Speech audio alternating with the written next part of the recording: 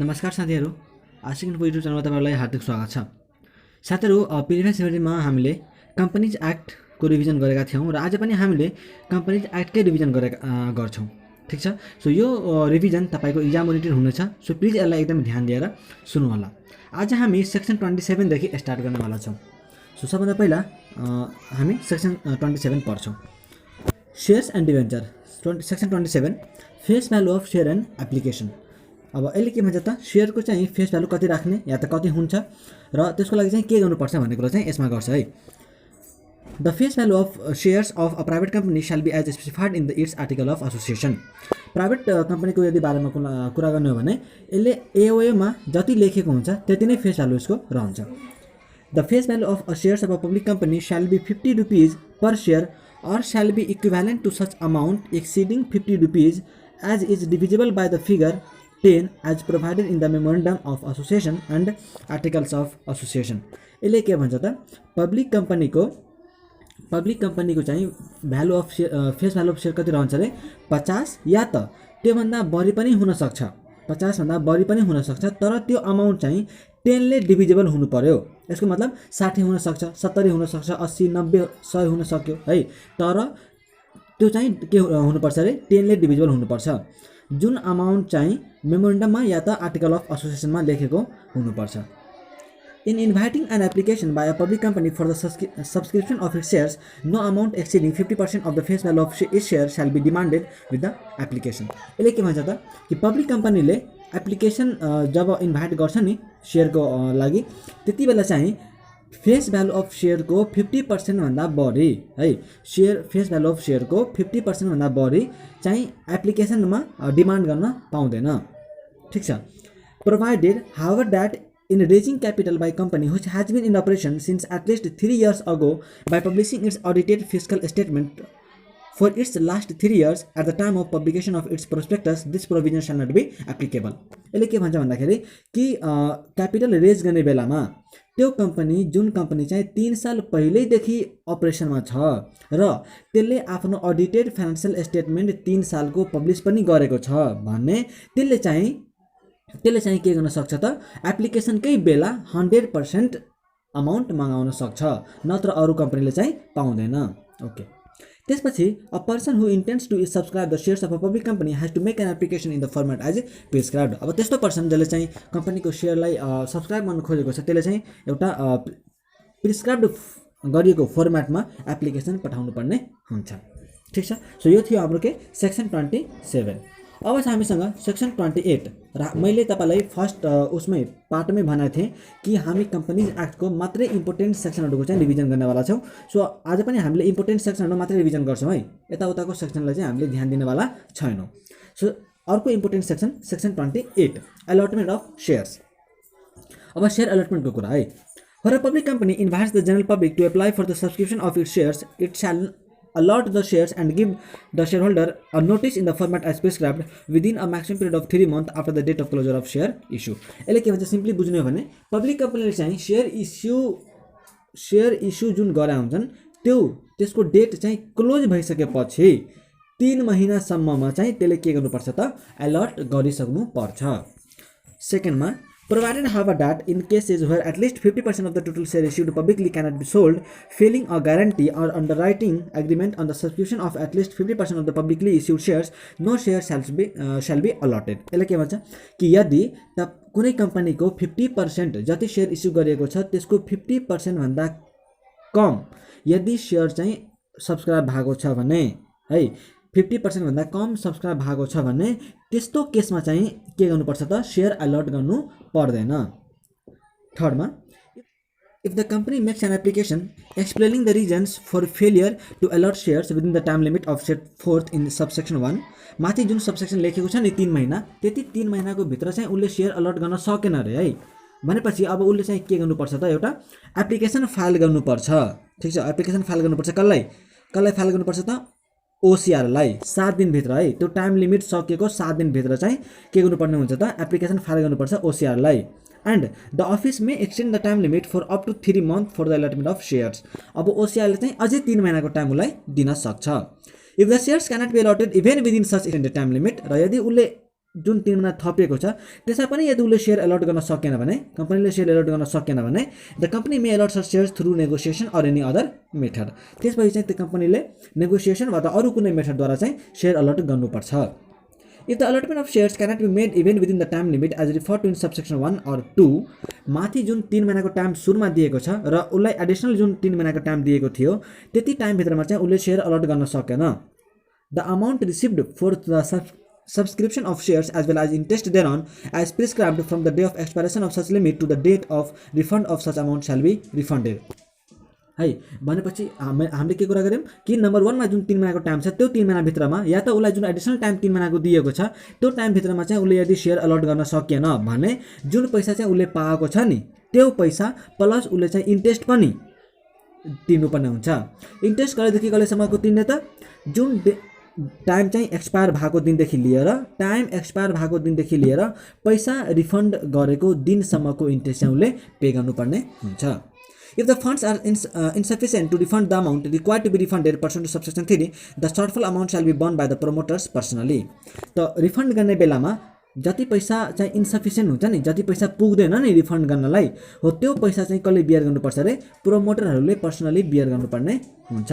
जस्तै मैले 100 रुपैयाँ एप्लिकेसनमा मगाएको थिएँ र मलाई चाहिँ पैसा 80 रुपैयाँ मात्रै छ अहिले मसँग रिफन्ड गर्नलाई भने 20 रुपैयाँ चाहिँ प्रोमोटरले पर्सनली के गर्नुपर्ने हुन्छ त बियर गर्नुपर्ने हुन्छ। Where the allotment of share pursuant to subsection 1 or 2 is made discriminatorily or with intent to cause any loss or damage to any investor may file a petition setting out the reasons for the same in the court on that matter। अब यसले के कुरा गर्छ कि यदि शेयरको अलटमेन्ट त्यसरी गरिएको थियो जसले गर्दा चाहिँ कुनै मान्छेलाई हैन भेदभाव हुने तरिकाले गरिएको थियो या त कुनै इन्भेस्टरलाई चाहिँ लस या त ड्यामेज हुने तरिकाले गरिएको थियो भने त्यसले इन्भेस्टरले चाहिँ के गर्न सक्छ त कोर्टमा त्यो रिजन मेन्सन गरेर फाइल पिटिसन चाहिँ फाइल गर्न सक्छ। ठीक। If a petition is filed pursuant to subsection 5 अब यदि सबसेक्सन 5 को अनुसारले पिटिसन फाइल गरिएको छ where any investor has sustained any loss or damage by the reason of deliberate violation of this section यस सेक्सनको भायोलेसनको कारणले गर्दाखेरि यदि कुनै पर्सनलाई लस या त ड्यामेज भएको छ भने by any officer of the companyको कुनै अफिसरको कारणले गर्दाखेरि or permission given by such officer to anyone to commit such violation ठीक छ या त परमिसन कुनै मान्छेलाई दिएको कारणले गर्दाखेरि the court may issue an order for realisation from such officer त्यो अफिसरबाट चाहिँ पैसा उठाइन्छ personally of compensation of such loss damage as well as reasonable expenses incurred in the legal action त्यो लिगल एक्सन मतलब फाइल के अरे petition file गर्नलाई जति खर्च लागेको हुन्छ या त त्यो कोर्टमा केस लड्नलाई जति खर्च लागेको हुन्छ त्यो केस खर्च सहित जति पैसा चाहिँ उसको लस या त ड्यामेज भएको छ त्यो सबै पैसा चाहिँ कुनबाट लिन्छ त त्यो अफिसरबाट जसको कारणले गर्दाखेरि चाहिँ त्यो इन्भेस्टरलाई लस या त ड्यामेज भएको छ या त यस ठीक छ। सो यो पनि सेक्सन 28 पनि हामीले कुरा गर्यौं। अब चाहिँ हामीसँग मोस्ट इम्पोर्टेन्ट सेक्सन 29 एकदम इम्पोर्टेन्ट छ यो प्राय यसबाट चाहिँ क्वेशन सोधिरहेको हुन्छ है। सो अब हेरौँ power to issue share at a premium मतलब प्रिमियममा शेयर इस्यु चाहिँ गर्ने पावरको बारेमा कुरा गर्छ। Any company fulfilling the following condition may with the prior approval of office issue share at a premium. यसले के भन्छ त कुनै पनि कम्पनी जसले यो तीनवटा कन्डिसन फुलफिल गर्छ नि हो त्यसले चाहिँ के गर्न सक्यो त अफिसको एप्रुभल लिएर अफिस भनेको OCR office of the company registrar त्यसको एप्रुभल लिएर प्रिमियममा चाहिँ शेयर इस्यु गर्न सक्छ। Number 1 the company has been making profit and distributing dividend for 3 consecutive years.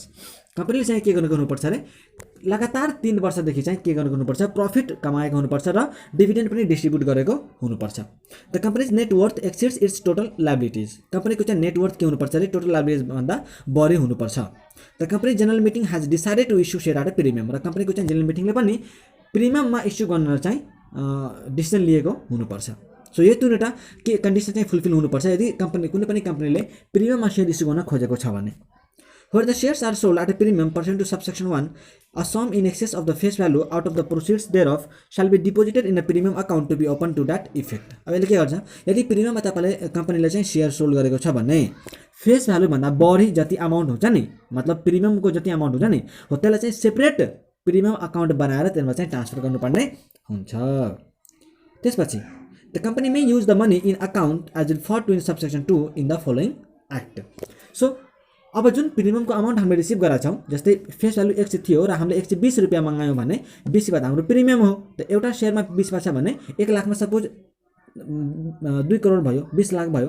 So कति हुन्छ त 20 लाख भयो होइन। त्यो 20 लाखलाई चाहिँ अब के कुरामा चाहिँ युज गर्न सकिन्छ त, त्यो 20 लाखलाई चाहिँ अब के कुरामा युज गर्न सकिन्छ त भन्ने कुराहरू चाहिँ यहाँ हामीलाई दिएको छ। Number 1, paying up unused unissued share capital to be issued to the share holders as fully paid up bonus shares. ठिक छ। त्यस्तै नम्बर 2 मा providing for the premium payable on redemption of any renewable preference share. Preference share जब redeem हुन्छ नि, so अब त्यो preference यदि प्रिमियममा रिडिम हुनेवाला छ भने त्यो प्रिमियम तिनीहरूलाई चाहिँ यसलाई युज गरिन्छ। Writing off the preliminary expenses made by the कम्पनीले चाहिँ जुन प्रिलिमिनरी एक्सपेन्सहरू गरेका हुन्छन् त्यसलाई चाहिँ राइट अफ गर्नलाई युज गरिन्छ।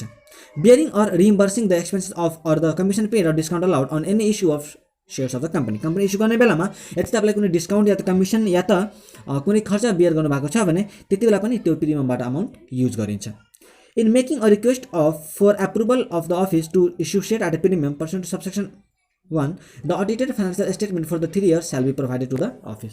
सो जति बेला चाहिँ हामीले सुरुमा भनेको थियौँ नि कि अफिसबाट चाहिँ एप्रुभल लिनुपर्छ, त्यो अफिसबाट एप्रुभल लिने बेलामा हामीले के गर्नुपर्छ त 3 सालको चाहिँ अडिटेड फाइनेन्सियल स्टेटमेन्ट अफिसलाई बुझाउनु पर्ने हुन्छ। सो अर्को इम्पोर्टेन्ट सेक्सन 30 चाहिँ हामीले हेर्दैनौँ। ठिक छ। त्यसपछि 31 पनि हामीले हेर्दैनौँ, 32 पनि हेर्दैनौँ, 33 पनि हेर्दैनौँ। इम्पोर्टेन्ट सेक्सन चाहिँ हामीले मात्रै यहाँ कुरा गर्नुपर्ने छ। ठिक छ। अब त्यसपछि छ हामीसँग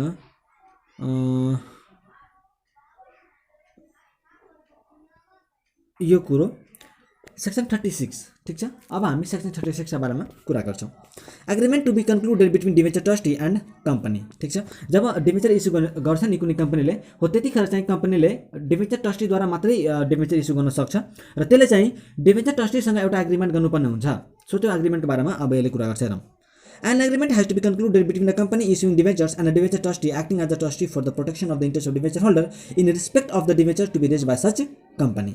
ठिक छ। सो कुनै पनि डिभेन्चर इस्यु गर्ने बेलामा डिभेन्चर इस्यु गर्ने कम्पनीले डिभेन्चर ट्रस्टीबाट चाहिँ के गर्नुपर्छ त एग्रिमेन्ट गरेको हुनुपर्छ र त्यो डिभेन्चर ट्रस्टीले डिभेन्चर होल्डरको इन्ट्रेस्टलाई प्रोटेक्सन गर्नलाई चाहिँ एक्ट गर्छ है। An agreement to be concluded pursuant to subsection 1 shall set out the following matters. अब जुन एग्रिमेन्ट गरिन्छ त्यो एग्रिमेन्टमा चाहिँ के कन्टेन्ट राख्ने त भन्ने कुराहरूको बारेमा चाहिँ अब सबसेक्सन 2 मा लेखेको छ त के कुराहरू चाहिँ राख्ने त त्यो एग्रिमेन्टमा। Number 1, that the debenture trustee is entitled to carry out or cause to be carried out valuation of the company's assets, project analysis or management analysis. मतलब त्यो डिभेन्चर ट्रस्टीले चाहिँ के गर्न सक्छ त या त गर्न सक्छ या त अरूलाई चाहिँ गराउन सक्छ। कम्पनीको भ्यालुएसन गराउन सक्छ, प्रोजेक्टको एनालाइसिस गर्न सक्छ या त म्यानेजमेन्टको एनालाइसिस गर्न सक्छ। त्यस्तै the period of repayment of the principal and interest of debenture subscribe by the debenture holder. मतलब जुन डिभेन्चर होल्डरले चाहिँ डिभेन्चर सब्सक्राइब गरेको छ त्यसको चाहिँ कति दिनमा चाहिँ प्रिन्सिपल वा त इन्ट्रेस्टलाई रिपे गर्ने, इन्ट्रेस्टको रेट के हुन्छ, रिपेमेन्ट चाहिँ कसरी गरिन्छ प्रिन्सिपल र इन्ट्रेस्टको। त्यस्तै प्रिन्सिपल र इन्ट्रेस्टको चाहिँ रिपेमेन्टको मोड के रहन्छ र यदि डिभेन्चरलाई चाहिँ सेयरमा कन्भर्ट गर्ने कुरो छ भने त्यो कुरोहरू चाहिँ त्यहाँ एग्रिमेन्टमा लेखेको हुनुपर्छ। Matters relating to the provision made on the light of other creditor of the asset of the company and liabilities that may arise therefrom in the future. So कुनै एसेटलाई यदि प्लेस गरेको छ भने हो त्यो कुराहरू पनि त्यहाँ लेखेको हुनुपर्छ। एसेट राखेको कारणले गर्दाखेरि यदि फ्युचरमा कुनै लायबिलिटी एराइज हुने बेला छ भने त्यो कुरो पनि के हुनुपर्छ त त्यहाँ लेखेको हुनुपर्छ।